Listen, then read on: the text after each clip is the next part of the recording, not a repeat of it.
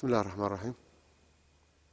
29/12/2013 مجاهدو جيش الإسلام يقومون بدك قوات النظام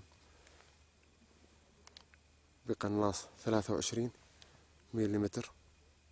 الله أكبر ما شاء الله، الله أكبر، ممتازة جدا، ممتازة، بس لو شوية رفعة بسيطة ولا الله ممتازة أكبر جدا. الله أكبر. طبعا جميع الأسلحة الموجودة حاليا عند المجاهدين هي أسلحة محلية الصنع كما شاهدتم. قناص 23 محل الصنع، مدافع هاون أيضا محلية الصنع.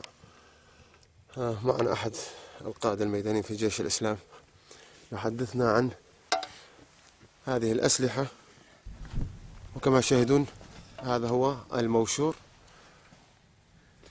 بسم الله والصلاة والسلام على رسول الله صلى الله عليه وعلى آله ومن والاه.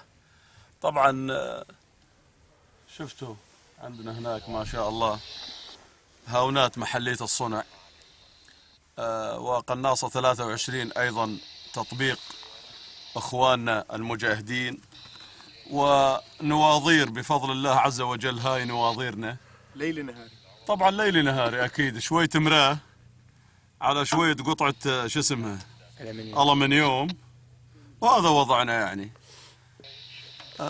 طيب أسلحة، طيب ما أجتكم أسلحة ثقيلة، هاونات، مناظير ليلية، مناظير قناصات، مناظير قناصات نظامية؟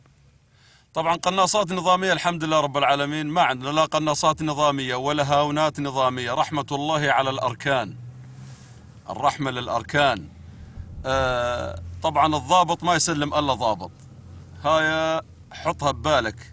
يعني مستحيل ضابط يسلم شو اسمه ثوري. فبقى أخي إلا إذا ثوري نفس الضابط، نفسيته نفس الضابط يسلمك إياها. فأما إذا مو نفسي وتشتغل شلون ما يريد، ما يسلمك كل شيء أبدا.